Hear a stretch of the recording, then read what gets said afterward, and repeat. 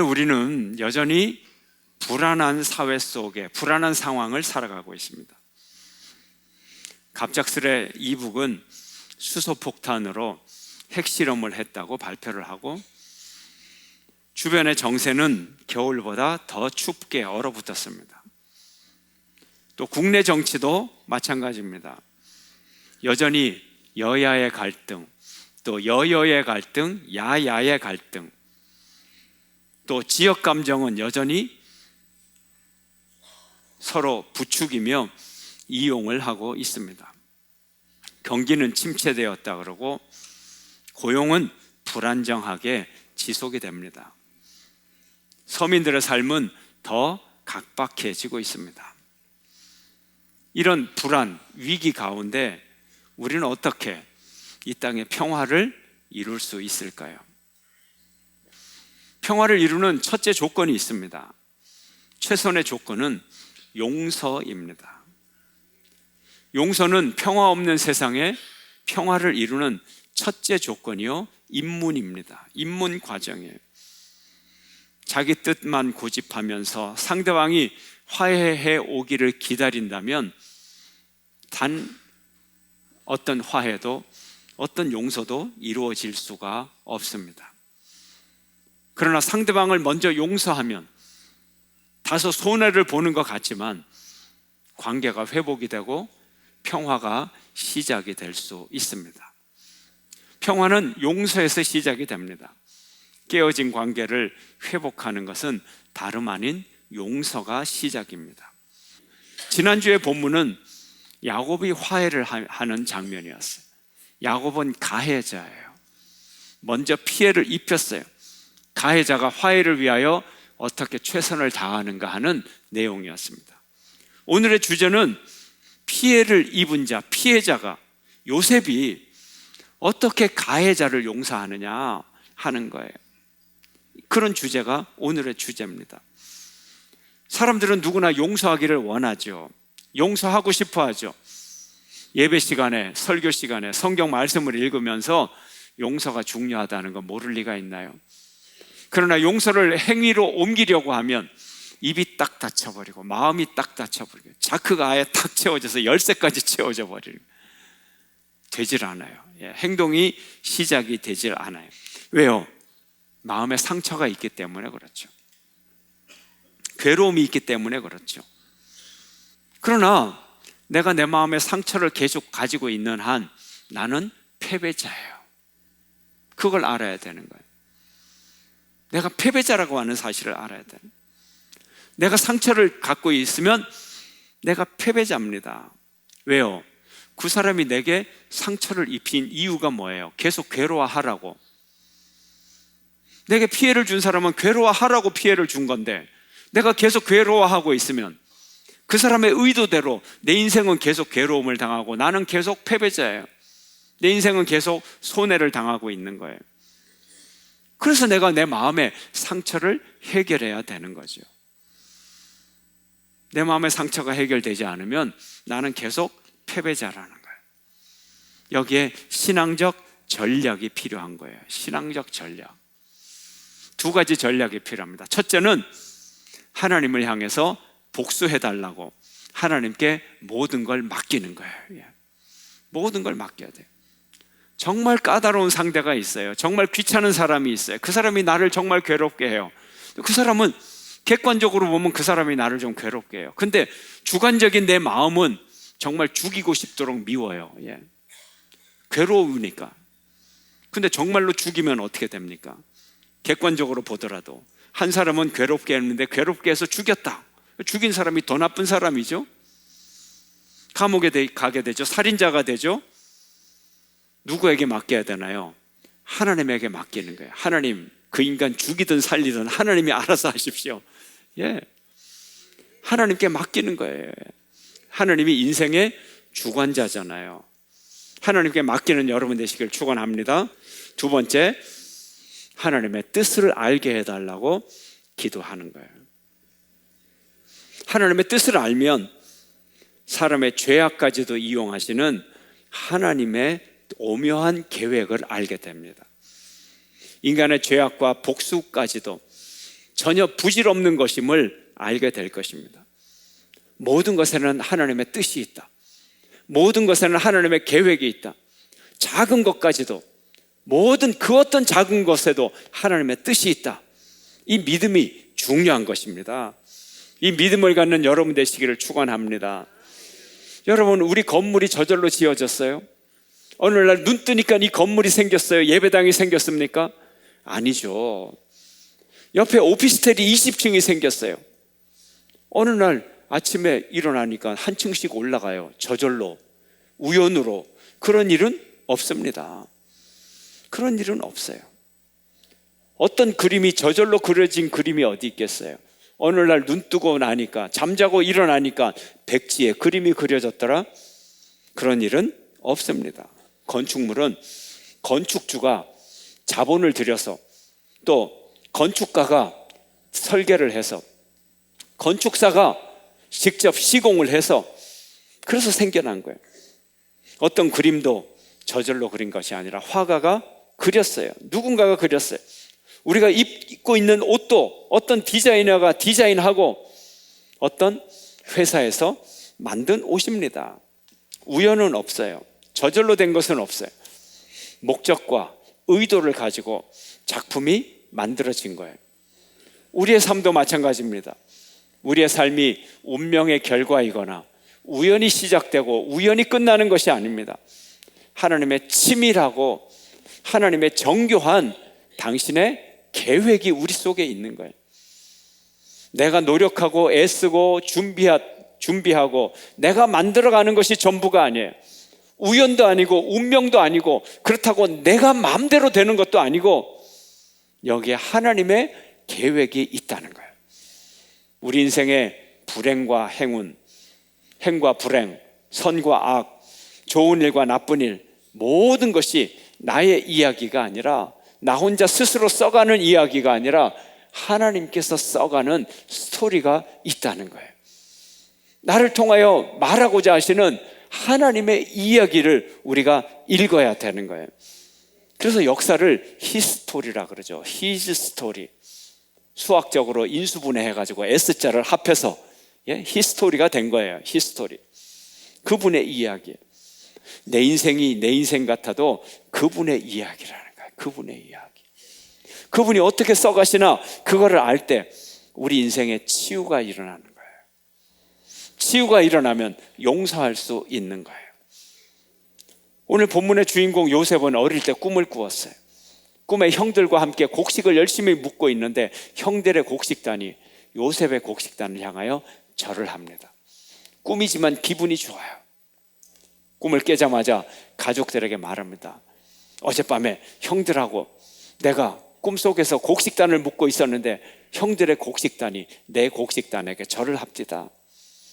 얼마 후에 또 꿈을 꿉니다. 꿈에 별과 11별이 또 해와 달이 자기를 향하여 절을 했다고 합니다. 또 얘기를 했어요. 아무리 꿈이지만 형들은 기분이 나빴어요. 자존심 상했어요. 요셉이 미웠어요. 죽이고 싶도록 미워졌어요. 결국 요셉을 죽이려고 했고, 그러나 죽이는 것보다는 차라리 종으로 팔자, 애굽의 종으로 팔았습니다.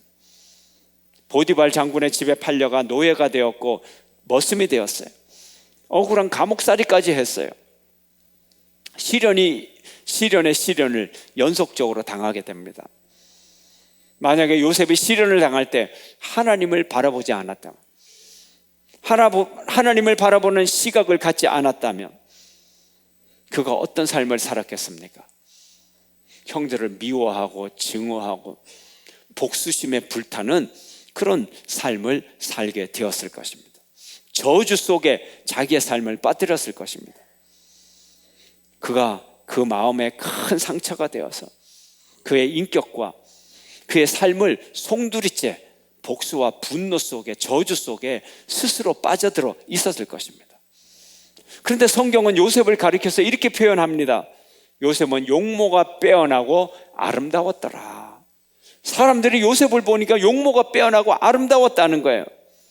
그가 업무에 유능하고 외모가 아름답고 하는 짓이 예뻤다는 거예요. 무엇을 의미합니까? 그가 상처를 극복했다는 것을 의미합니다. 그가 상처를 극복하니까 그가 합리적인 판단을 하게 되고 아름다운 생각을 하게 되고 아름다운 삶을 살게 되었다는 거죠. 그래서 사람들이 보기에도 그는 참 아름다운 사람이다, 이렇게 볼 수 있다는 거죠. 요셉이 어떻게 그게 가능했을까요? 하나님을 바라보며 상처를 극복할 수 있었습니다. 하나님을 바라보는 자에게 하나님은 복을 주십니다. 그 복 주심을 안 믿는 사람들도 보면 안다는 거예요. 오늘 본문 5절 함께 읽겠습니다. 창세기 39장 5절 함께 시작. 그가 요셉에게 자기의 집과 그의 모든 소유물을 주관하게 한 때부터 여호와께서 요셉을 위하여 그 애굽 사람의 집에 복을 내리심으로 여호와의 복이 그의 집과 밭에 있는 모든 소유에 미친지라. 아멘. 하나님의 사람에게 하나님이 복을 주셨어요. 요셉이 하나님을 바라보면서 하나님과 함께 있었다는 것을 사람들이 알고 이렇게 말하는 거예요. 3절 말씀 함께 읽겠습니다. 시작. 그의 주인이 여호와께서 그와 함께 하심을 보며 또 여호와께서 그의 범사에 형통하게 하심을 보았더라. 안 믿는 사람이 요셉을 보니까 요셉이 하나님과 함께 있는 것을 알고 또 하나님이 그에게 범사에 모든 일에 형통하게 하심을 보았다는 거예요. 하나님의 축복을 보았다는 거예요. 우리 성도들은 어떻습니까? 우리 성도들 모두는 나름 고난의 날에 빠지고 혼란에 빠지고 깊은 갈등에 빠질 때가 있어요. 하나님은 얼마든지 성도들의 고난을 막아 주실 수도 있어요. 피하게 하실 수도 있어요. 폭풍같이 질주하여 다가오는 자동차의 위험과 불의 위험과 물의 위험을, 무수한 재난을 하나님은 막아 주실 수도 있어요. 그러나 우리가 재난을 당하는 것은 하나님의 허락하심이 있는 거예요. 하나님의 목적이 있기 때문에 그렇습니다. 하늘을 나는 그 미천한 참새 한 마리도 우연히 떨어지는 것이 없습니다. 우연히 떨어지는 것이 없어요. 왜 그런가요? 사랑의 하나님이 사랑하시는 하나님의 자녀들 속에 왜 고통스러운 문제를 허락하시나요? 하나님의 분명한 목적이 있기 때문인 것입니다. 하나님의 분명한 목적이 있기 때문에 그래요. 우리를 향하신 하나님의 목적은 크게 두 가지로 말할 수 있어요. 하나는 그 어떤 경우에도 주만 바라보게 함이고, 다른 하나는 인격의 성숙 때문에 그렇습니다. 주님만 바라봐야 돼요. 시각이 바뀔 때 우리 인격의 성숙이 일어나는 거예요. 사람이 변화되는 거예요. 우리의 인격의 변화에는 많은 시간이 필요하고 많은 인내가 필요합니다. 우리는 하나님이 사장이신 재련소에 들어가지 않으면 변화가 되질 않아요. 우리는 고철과 같아요. 녹여져서 새로 만들어지지 않으면 쓰임 받을 데가 없는 거예요. 교만하고 완고한 사람들, 아예 그 인생이 녹아버려서 새로운 모양으로 만들어져야 되는 것입니다. 다른 길은 없습니다. 하나님을 닮은 형상으로 우리가 다시 회복되어야 되는 것입니다. 요셉이 나중에 하나님의 목적을 알고 나니 어린 시절, 철없던 시절에 꾸었던 그 꿈조차도 의미를 정확하게 알게 되었어요. 창세기를 읽어보면 곡식을 사러 온 형님들을 요셉이 만납니다. 형님들을 딱 바라보면서 어떤 이야기가 기록되어 있느냐? 그 꿈을 생각하였더라, 이렇게 기록이 되어 있어요. 형님들을 바라본 순간, 원수들을 바라본 순간 그 어린 시절 철없던 꿈조차도 하나님의 위대한 계획이 있었음을 깨닫게 되었다는 거예요. 성경은 그걸 기록하고 있는 거예요. 알고 보니 그 꿈이 가족을 위기에서 건져내는 리더십의 꿈이었다는 거예요. 구원의 꿈이었다는 거예요. 하나님의 목적이 있었다는 거예요. 그 꿈 때문에 자기는 미움을 당하고 노예로 팔리고 고생을 당하고 그토록 외롭고 힘든 시간을 보냈지만 그 속에 하나님의 계획이 있었다는 거예요. 그걸 발견했다는 거예요. 시각이 바뀐 거예요. 하나님은 요셉에게 13년이라고 하는 개인의 환난을 주어서 준비시켰어요. 미시경제, 요즘 말로 하면 미시경제를 잘 알게 했어요. 기업을 잘 알게 하셨어요. 그리고 국가 경제를 또 알도록 7년의 대환란을 극복하게 해 주셨던 것입니다. 바로 왕의 국정에 영적인 지혜를 발휘하도록 하나님이 준비시켜 주어서 그가 바로 총리가 되게 만들었어요. 요셉의 이 능력이 어디서 왔나요? 요셉의 고난의 시기에서 찾아온 거죠. 고난의 시기에 그가 그 고난을 어떻게 극복을 했느냐? 바로 거기로부터, 그것으로부터 하나님은 더 큰 구원의 계획을 하나님은 준비시켜 주셨던 것입니다. 그가 종으로 팔렸을 때 얼마나 괴로웠어요. 그의 우울증 생각을 해봤어요. 그의 마음속에 시도 때도 없이 일어나는 분노와 복수의 마음, 그리고 부모를 떠난 그 외로움의 마음. 요셉은 형제의 미움을 사서 하루아침에 노예로 팔려갔지만 하나님의 완전한 뜻을 이해하기까지, 하나님의 뜻을 알기까지 22년이라고 하는 고난의 세월을 보내야 했던 것입니다. 어린 시절 철없이 말했던 꿈의 의미를 22년의 고난이 지나서 깨닫게 되었던 것입니다. 이제 요셉이 오늘 본문에 자기가 누구인가를 형들에게 말하게 되었습니다. 형들에게 말합니다. 형들에게 내가 요셉이야 하고 말하려고 하는 순간 그가 살아온 모든 고난의 서러움이 밀려오기 시작합니다. 하인들을 다 나가라 그랬어요. 형제들과 자기만 남았을 때 고백을 합니다. 그런데 그 소리가 얼마나 울음소리가 컸던지 바로 옆에 있는 바로의 궁전에까지 그 통곡 소리가 들렸다는 것입니다. 그 울음의 의미를 형들은 모릅니다. 형님들, 내가 요셉입니다 하고 말하는 순간 형들은 믿어지질 않았어요. 목동의 아들로 17살짜리 꼬질꼬질했던 그가 지금 금과 은으로 치장을 하고 비단 옷을 입은 애굽의 총리로 눈앞에 서 있는 것입니다.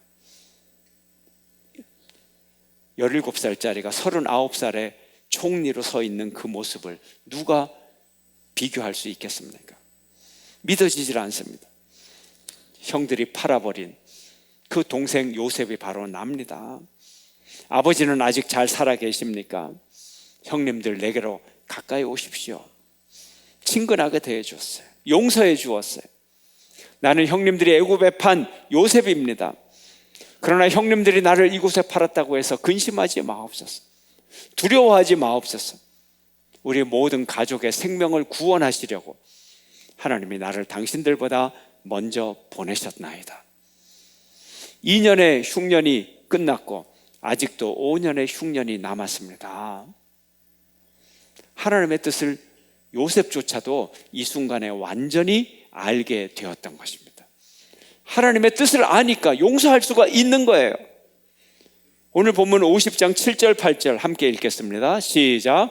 하나님이 큰 구원으로 당신들의 생명을 보존하고 당신들의 후손을 세상에 두시려고 나를 당신들보다 먼저 보내셨나니, 그런즉 나를 이리로 보낸 이는 당신들이 아니요 하나님이시라. 하나님이 나를 바로에게 아버지로 삼으시고 그 온 집의 주로 삼으시며 애굽 온 땅의 통치자로 삼으셨나이다. 아멘. 당신들이 나를 보낸 게 아니라 진짜 나를 이곳에 보낸 분은 하나님이시다.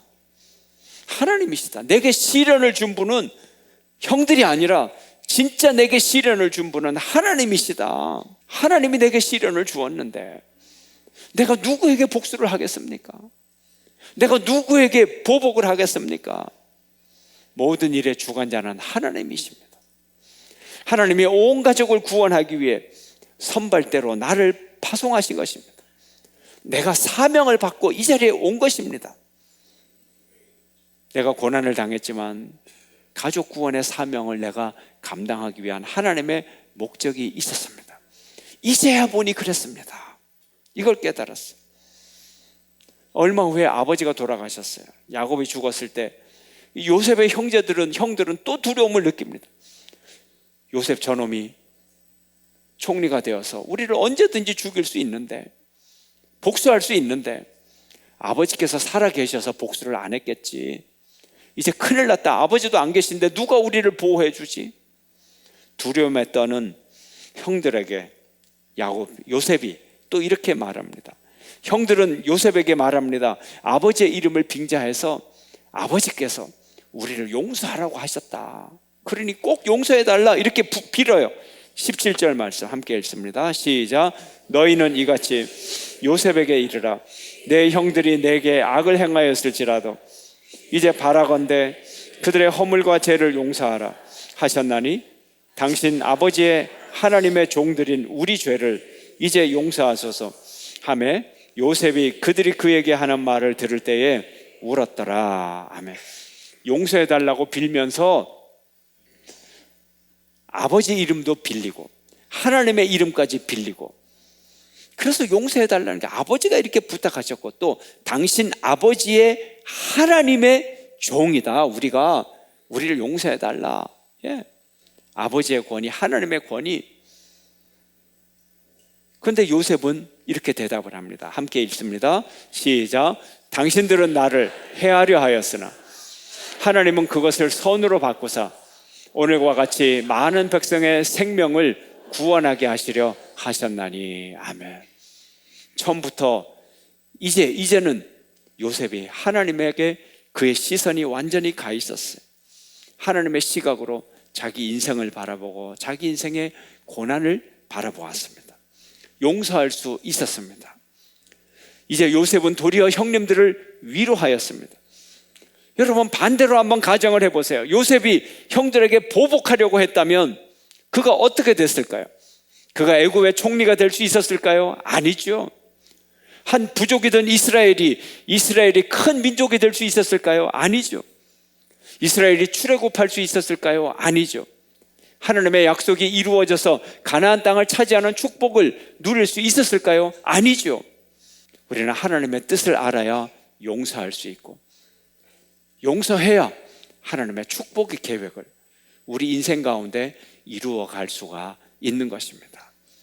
처음에 우화에서 그들이 용서하고 두 짐승이, 사자와 염소가 서로 화해하고 용서할 때 도리어 자기의 생명을 구할 수 있었듯이, 우리는 하나님의 뜻을 알고 용서해야 내 생명을 구할 수 있고 내 인생 가운데 하나님의 축복의 계획을 이루어 갈 수 있는 것입니다.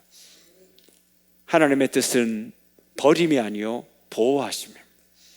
하나님의 뜻은 복수가 아니라 구원입니다. 하나님의 뜻을 찾는 여러분 모두가 되시기를 주의 이름으로 축원합니다.